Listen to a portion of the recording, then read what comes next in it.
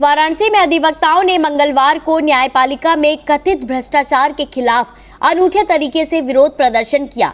अधिवक्ताओं ने प्रयागराज के बाद अब वाराणसी में झाड़ू लगाकर जस्टिस पीके वर्मा के खिलाफ नाराजगी जाहिर की है। वाराणसी के समस्त अधिवक्तागण आज हड़ताल पर बैठे हुए हैं और अपनी मांगों को लेकर लगातार न्यायपालिका के खिलाफ नारेबाजी कर रहे हैं।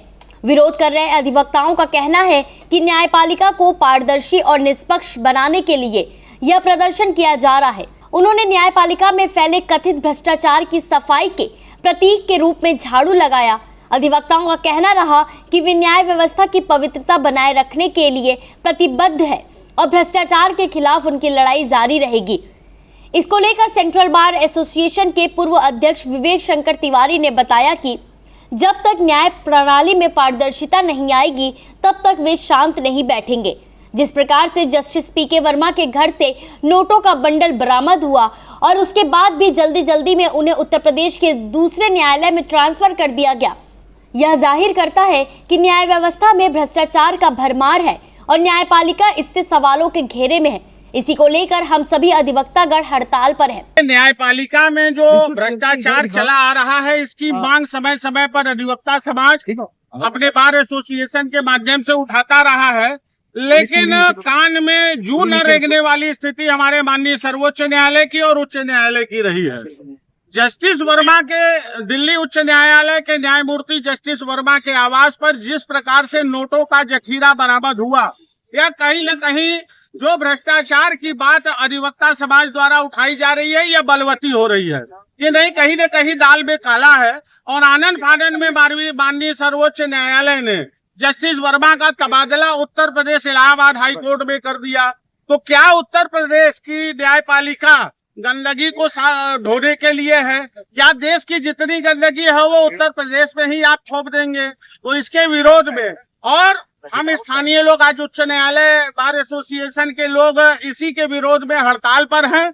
और हम लोग स्थानीय जनपद न्यायालय वाराणसी के अधिवक्ता समाज के लोग एक प्रतीकात्मक रूप से जो भ्रष्टाचार रूपी गंदगी है, जिस प्रकार झाड़ू लगा करके गंदगी की सफाई की जाती है, उसी प्रकार भ्रष्टाचार रूपी गंदगी को आज हम लोग जनपद न्यायालय के गेट पर झाड़ू लगा करके पानी गिरा करके सफाई कर रहे हैं। और यहाँ की न्यायपालिका में भी लगभग 70% जुडिशियरी भ्रष्ट है, न्यायिक अधिकारी भ्रष्ट है। इसकी मांग समय समय पर वाराणसी के अधिवक्ता उच्च न्यायालय से करते रहे हैं। तमाम लोगों के भ्रष्टाचार उजागर है, खुलेआम रुपया लिया जा रहा है। बहुत से न्यायाधीश तो सीधे तौर पर अधिकारियों से मिल करके रुपया ले रहे हैं। वहीं सेंट्रल बार एसोसिएशन के पूर्व अध्यक्ष अशोक सिंह प्रिंस ने कहा कि न्याय व्यवस्था को हमेशा सुलभ समय से और बेहतर होना चाहिए, लेकिन यहाँ ऐसा नहीं है। इसके खिलाफ हम लोग विरोध प्रदर्शन कर रहे हैं।